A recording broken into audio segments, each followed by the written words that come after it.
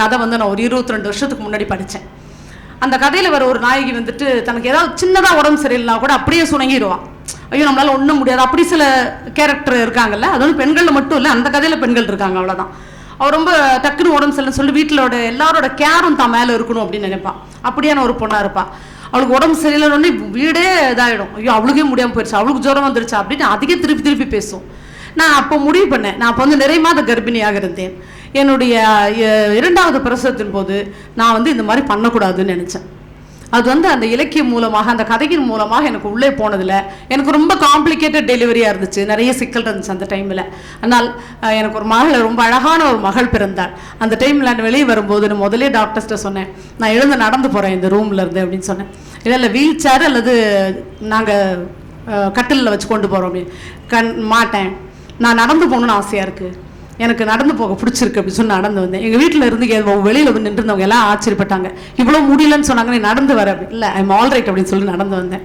So அது ஒரு சின்ன புள்ளியை வந்து எனக்கு அந்த கதை தான் சொல்லி கொடுத்தது. நிச்சயமாக ஒவ்வொரு இடத்திலும் ஒருவருக்கும் ஏதோ ஒன்று அப்படி சொல்லி கொடுத்துக்கிட்டே இருக்கும்.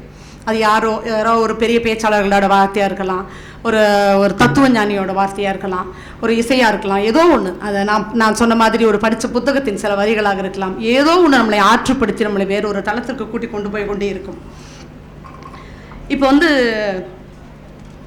இப்போ நான் நிறைய பார்க்குறேன். ஏன்னா நிறைய பார்க்குறேன்றது ரீசெண்டாக பார்த்தேன்னா, நேற்று நான் எங்கள் பக்கத்து வீட்டில் இருக்கிற 2 முதியோர்களை வந்து ஒரு இல்லத்துக்கு அனுப்பிச்சேன். அந்த முதியோர் இல்லங்கள் வந்து ரொம்ப பெருகிட்டு வருதுன்ற பயம் வந்துருச்சு எனக்கு. ஆனால் சில முதியோர் இல்லங்களை பார்க்கும் பொழுது வீட்டில் கொட்டு தனியாக உட்காந்துருக்காம அவங்க அதே மாதிரி கொஞ்சம் பேர்கிட்ட போய் ரொம்ப சந்தோஷமாக பாடுறது, ஆடுறது, அவங்களுக்கு பிடிச்ச விஷயத்த பண்ணுறது, யாரையும் கேள்வி கேட்கறது இல்லை, யாரையும் அதிகாரம் பண்ணுறது இல்லை, நான் சொல்கிறது கேள் அப்படின்னு இந்த விரல் நீட்டுறது இல்லைங்க. எல்லாரும் அப்படி ஜாலியாக இருக்காங்க. அப்படி ஒரு நிமிஷம் எனக்கு என்ன தோணுச்சுன்னா, இந்த முதியோர்கள்லாம் பரவாயில்லையோ அப்படின்னு தோணுச்சு. ஆனால் தப்பு. நம்மை மிக அற்புதமாக பார்த்த நம்ம அம்மா அப்பாக்களையே நாம் முதியோர் இல்லத்தில் சேர்த்து விடுவோம் என்றால், முதியோர் இல்லங்களில் சேர்த்து விட்ட நம்மை பார்த்து வளரும் நம் குழந்தைகள் நம்மை எங்கே கொண்டு போய் விடுவார்கள் என்பதை நாம் யோசிக்க வேண்டும். அந்த குழந்தைகளை பத்திரமாக பார்த்துக்கொள்ள வேண்டும் நண்பர்களே. அது மாதிரி நான் முடிச்சிடறேன். ஒரு தோழர் பேச இருக்காரு. சமீபத்தில் நான் படித்த ஒரு கதையை மட்டும் உங்கள்கிட்ட சொல்லணும்னு ஆசைப்படுறேன். இந்த மழை வந்துச்சு இல்லையா, டிசம்பர் 1ஆம் தேதி பெருமழை பெய்யுதில்ல, திருவண்ணாமலை காணாத ஒரு மழை பெய்யுது இல்லையா. அப்போ நான் வந்து எந்த வேலையும் இல்லை எனக்குன்னு புத்தக கண்காட்சி வேலையில் இருந்தேன். மழை பெய்யுறதுனால வேலை இல்லாமல் போயிடுச்சு. அதனால் எங்கள் நிலத்தில் உட்காந்து ஒரு ரூமில் உட்காந்து படிக்க ஆரம்பித்தேன். அந்த ரூமில் வந்து படிக்கிறதுக்கான சில வசதிகள் இல்லாமல் 4 தலைகாணி ஒன்றா போட்டு அப்படி உட்காந்து படித்ததில் பயங்கரமாக இடுப்பு கண்டு அதுக்கப்புறம் 2 மாதம் ட்ரீட்மெண்ட்டில் இருந்தது வேறு விஷயம். ஆனால் நான் படித்த புத்தகம் வாரிஸ் டைரி என்று ஆப்பிரிக்க சோமாலிய பெண்ணை பற்றி எழுதப்பட்ட ஒரு புத்தகம். வாரிஸ் டைரி, பாலைவன பூ என்று பெயர். அந்த வாரிஸ் என்கிற பெண் ஆப்பிரிக்காவில் சோமாலியாவில் வாழ்கிற ஒரு பெண். அந்த சோமாலிய மக்களுக்குள் ஒரு சடங்கு இருக்குது. அதை பற்றி படிக்க எனக்கு ரொம்ப அதிர்ச்சியான நிறைய தகவல் கிடைச்சிது. அது என்ன சடங்கு அப்படின்னு சொன்னால், பெண் குழந்தைகளாக பிறந்து விட்டால் 5 அல்லது 6 வயதில் அந்த பெண்ணை அந்த பாலைவனத்துக்கு கூட்டிகிட்டு போவாங்க. ஏன்னா அவங்க எல்லாருமே பாலைவனத்தில் வாழறவங்க தான், ஒட்டகம் வைக்கிறது தான் அவங்க வேலை. அவங்களோட வாழ்நாள் சாதனையே ஒரு தண்ணீர் இருக்கும் இடத்தை பார்த்துடணும் அப்படிங்கிறது அவங்களோட வாழ்நாளோட சாதனையாக இருக்கும். அப்படி அலைஞ்சிட்டு இருக்கிற அந்த நாட்களில் எல்லாருமே அவங்க வந்து குழுக்களாக, சிறு குழுக்களாக வந்துட்டு பாலைவனத்திலே இருக்காங்க. அப்போது அந்த 5-6 வயசு ஆச்சுன்னா அந்த வீட்டில் இருக்கிற அந்த பொம்பளை குழந்தைய அப்பா அம்மாவே கூட்டிகிட்டு போய் பாலைவனத்தில் ஒரு இடத்துல உட்கார வச்சு, நிழல்லாம் இல்லைல்ல அந்த இடத்துல உட்கார வச்சு பெண்ணின் பிறப்புறுப்பை பிளேடாலேயோ கத்தியாலேயோ அறுத்து ரத்தம் முழுவதும் வடிய விட்டு கொஞ்ச நேரம் பொறுத்து, காரம் முள் இருக்குல்ல, அப்படி அங்கே ஒரு முள்ளு சொல்கிறாங்க, அந்த முள்ளை வச்சு அந்த பிறப்புறுப்பை தைக்கிறார்கள். தைச்சிட்டு அந்த பொண்ணை அங்கேயே ஒரு டென்ட் மாதிரி போட்டு விட்டு வந்துடுறாங்க. 2-3 நாட்கள் கழித்து அந்த பொண்ணே அவங்களோட அம்மா அப்பா இருக்கிற இடத்த தேடி வரணும். அப்படி வந்துட்டா அப்படின்னு சொன்னால் அவள் முழுமையடைவதாக கருதி அந்த குடும்பம் அந்த பெண்ணை ஏற்றுக்கொள்கிறது. இப்படி ஒரு மிக மோசமான துயரமான பெண்களுக்கு எதிரான ஒரு சடங்கை செய்து கொண்டிருக்கிற சோமாலிய மக்கள் இன்றும் இருந்து கொண்டிருக்கிறார்கள். அவங்க என்ன சொல்கிறாங்க அப்படின்னு சொன்னால், அப்படி செய்யப்பட்ட ஒரு பெண் தான் திருமணத்திற்கு தயாராகவும் கணவனுக்கு கட்டுப்பட்டவளாகவும் குடும்பம் நடத்த தகுதியானவளாகவும் ஒரு அம்மாவாவதற்கு தகுதியானவங்களும் இருக்க முடியும்னு நீங்கள் யோசிச்சு பாருங்க. பெண்களுக்கு இன்னும் அதிகமாக தெரியும்.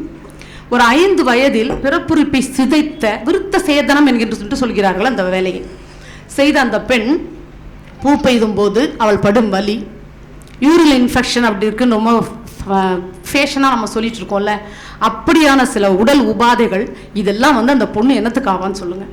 ஆனால் அவங்க என்ன சொல்கிறாங்க, இப்படி செய்கிறதுக்கு குரான் சொல்லி இருக்குன்றாங்க. ஆனால் நண்பர்களே, ஆனால் மிக நிச்சயமாக குரானில் அப்படி ஒரு வரி கூட இல்லை. பெண் சமூகத்தை அடிமையாக்க வேண்டும் என்று நினைத்த ஆண் சமூகம் ஏற்படுத்தி இருக்கிற ஒரு விதிதானே தவிர குரானில் எந்த இடத்திலும் எந்த மொழியிலும் இப்படி விருத்த சேதனம் செய்ய வேண்டும் என்று சொன்னதே இல்லை. அப்படி விருத்த சேதனம் செய்யப்பட்ட வாரிஸ் என்ற அந்த 13 வயது பெண், 5 வயதில் அவளுக்கு இந்த மாதிரி நடக்குது. 13 வயசு வரைக்கும் அப்பா அம்மா கூட இருக்கிறா. அவங்க அப்பா ஒரு நாள் காலையில் சொல்றாரு, நாளை காலையில் உனக்கு கல்யாணம், 5 ஒட்டகம் வாங்கிட்டேன் அப்படின்றாரு. அவன் சொல்றா, நம்ம கொடுக்க போல அப்படின்னு. இல்லை, மாப்பிள்ளை வீட்டில இருந்து 5 ஒட்டகம் உனக்கு சீரா கொடுத்து உன்னை கட்டிக்கிட்டு போறாங்க அப்படின்னு சொல்றான். அந்த மாப்பிள்ளைக்கு வயது 60. இது ஒன்றும் ஒரு ரொம்ப அதிர்ச்சி தரக்கூடியதாகவோ ரொம்ப பழைய காலத்திலேயோ இல்லை. வாரிஸ் டைரி இன்றும் உயிரோடு இருக்கிறார்கள். அவங்க வந்து சொல்றாங்க, 60 வயது கல்யாணம் பண்ணிட்டு இவ்வளவு உடல் உபாதையோட நான் என்ன பண்றதுன்னு எங்க அம்மாட்ட அப்படி அழுதேன். எங்க அம்மா வந்து எனக்கு 5 வயதில் இந்த செய்யும் சடங்குகள் சம்மதிச்சது போலவே இன்னைக்கு ராத்திரியாவது எப்படியாவது ராத்திரிக்குள்ள பாலைவனத்தை விட்டு ஓடி போயிருன்னு சொல்லிட்டாங்க அப்படின்னு சொல்றாங்க. அந்த பாலைவனத்தை விட்டு அந்த பெண் அந்த ஊருக்குள்ள வர்ற அவ்வளோ ஒரு 4-5 நாட்கள் நடந்து அந்த பெண் வர்ற டைம் இருக்குல்ல, அதை எழுதியிருக்கான் அந்த டைரி, அந்த புக்கில். நம்மளால அழாமல் படிக்கவே முடியாதுங்க. நம்மளாம் ரொம்ப பிளஸ்டாக இருக்கோங்க. நம்மளாம் ரொம்ப சந்தோஷமா, ரொம்ப நிறைவா, நிம்மதியாக இருக்கும். நம்ம நிம்மதியில் இன்னும் ஒரு நிம்மதியை கூட்ட முடியுமான்னு தான் பார்த்துட்டு இருக்கோமே தவிர எந்த குறையும் இல்லாமல் தான் வாழ்ந்துட்டு இருக்கோம் நம்ம. ஆனால் அவள் காலில் செருப்பு விட்டதே கிடையாது. முள்ளு தைக்குமா, அதை பிடுங்கி போட்டு அவள் கால் முழுக்க அடிபட்டு இருக்கும். அந்த காலோடு அந்த நைட்டில் வந்து பாலைவனம் மிக அதிகமாக குளிரும், பகலில் மிக அதிகமான வெயில் இருக்கும். இரண்டையும் தாண்டி ஒரு ஊருக்குள் போய் அங்கே சர்வைவ் ஆகி அந்த பொண்ணு என்னென்னமோ வேலை செஞ்சு ஒரு 20 வயசில் ஒரு மாடலிங்காக போய் அதுக்கப்புறம் ஐநா சபைக்குள்ள இந்த மாதிரியான பெண்களுக்கான தீர்வுக்கான ஒரு தூதராக அவங்க போகிறாங்க. இன்னைக்கு வாரிஸ் டைரி வந்து ஐநா சபையில் சோமாலிய பெண்களுக்கான தூதுவராக இருக்கிறார். நண்பர்களே, இந்த எழுத்து என்னிடம் வர வேண்டுமானால் ஒரு மொழிபெயர்ப்பாளர் தேவை, ஒரு பதிப்பகம் வேண்டும், ஒரு எழுத்து வேண்டும், இது எல்லாம் படிக்கவும் வேண்டும். இது எதுவுமே இல்லை என்றால் இந்த மேடையில் நான் வாரிசை பற்றி பேசிக் கொண்டிருக்கவே முடியாது. ஏன்னா அது அவ்வளவு தூரத்தில் இருக்கிற ஒரு நாடு, அதனோட சடங்கு அது எதுவுமே நமக்கு தெரியாமல் போயிடும். அதனால அந்த புத்தகம் இங்கே இருக்குன்னு நினைக்கிறேன், வாங்கி படிங்க. இந்த ஒரு ஜெயகாந்தனோட வாசகி ஒருத்தவங்க வந்து கொஞ்சம் வயசானவங்க, ஒரு 65 வயசானவங்க வந்து சென்னையில் ஒரு பதிப்பகத்தில் போயிட்டு ரொம்ப பதட்டமோட போய் அந்த பத்திரிகை அலுவலகத்தில் ஒரு செய்தி கேட்டாங்களாம். ஜெயகாந்தனோட மொத்த தொகுப்பு வேணும் எனக்கு, கிடைக்குமா அப்படின்னு கேட்டாங்களாம். இப்போ அவங்க என்ன சொன்னாங்க, நாங்கள் சின்னதாக போட்டிருந்தோம், இப்போ எல்லாமே தொகுத்து போட போகிறோம், ஒரு 2 மாதம் ஆகும் அப்படின்னு சொன்னாங்களாம். இப்போ அந்த அம்மா கேட்டாங்களாம், 2 மாதம் ஆகுமா, கொஞ்சம் சீக்கிரமாக தந்துட முடியாதா அப்படின்னு கேட்டாங்களாம். இல்லை அப்படின்னு கேட்டோன்னே இந்த பதிப்பகங்காருக்கு ஒரு இலக்காரமோ இல்லை தாஜிக்கலான ஒரு மூடோட அவங்கக்கிட்ட என்னம்மா ஃபாரின் போகிறீங்களா அப்படின்னு கேட்டிருக்காங்க. ஏன்னா ஃபாரின் போகிறவங்க தான் வந்து நாங்கள் இன்னும் 1 மாதத்தில் போக போகிறோம், மொத்த புக்கு வேணும், நாங்கள் அடுக்கி எடுத்துகிட்டு போகலாம் கேட்பாங்க. அது மாதிரி கேட்டது தான் அந்த மாதிரி சொன்னாங்களாம். இல்லை, நான் ஜெயகாந்தன் எழுதிய எல்லா எழுத்துக்களையும் படித்திருக்கிறேன், ஆனால் என்னுடைய பார்வை மங்கி கொண்டிருக்கிறது. இன்னும் ஒரு 20-30 நாட்களில் என்னுடைய மொத்த பார்வையும் போய்விடும். அதற்குள்ளாக ஜெயகாந்தனின் மொத்த எழுத்துக்களையும் மீள்வாசிப்புக்கு கொண்டு வர வேண்டும் ஆசைப்படுகிறேன், நீங்கள் தருவீர்களா அப்படின்னு கேட்டாங்க. அந்த மாதிரி சொல்லுவாங்க. ரொம்ப மிகவும் நெகிழ்ச்சியான இடம் இது எனக்கு. ஏன்னா படிப்பை வந்து இந்த வாசிக்கிறத வந்து வாசித்தாங்க ருசிக்க முடியும். எனக்கு ஒன்று ரொம்ப பிடிக்கும் அப்படின்னு சொன்னால் என்னை பிடிக்கும்னு சொல்கிறது மட்டும் இல்லைங்க, பிடிக்கும் அப்படின்றதுக்கான சில விஷயங்களை நாம் அவர்களுக்கு கையகப்படுத்தும் போது தான், கையளிக்கும் போது தான் அதை அவர்கள் உணர்ந்து கொள்ள முடியும். இனிப்புன்னு சொல்லாவே இனிச்சிருமா நமக்கு, கையில் ஒரு திருநெல்வேலி அல்வா மாதிரி ஒன்று வச்சு கொஞ்சோண்டு சுவைச்சு பார்த்தா தான் தெரியும் நமக்கு.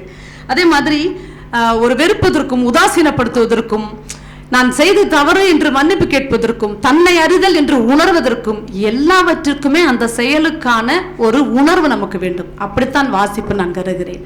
நண்பர்களே, இந்த வாசிப்பின் சொல்லி முடிக்கிற இந்த நேரத்தில் இப்போ நமக்கு நிறைய புக்கு படிக்காமையே பல விஷயங்கள் கிடைக்குது, பாட்காஸ்ட்டு, ரேடியோ எஃப்எம் நிறைய கிடைக்குது. ஆனாலும் வாசிப்பு என்பது மிகவும் தனி மனித அனுபவம். அது வந்துட்டு ஒரு கருமியின் கை காசு போல எப்போது வேண்டுமானாலும் எடுத்து எண்ணி பார்த்து கொள்ளலாம். பாலைவனத்தின் கடைசி சொட்டு நீர் போல உயிரை காத்து கொண்டே இருக்கும். அது சுண்ட வற்றி காய்ச்சின பால் உயிரை ஒரு முறை உலுக்கி நிமிர்த்தி வைக்க அந்த சொட்டு பால் உதவும். அதை அருந்தாமல் இருந்து விடாதீர்கள். நன்றி.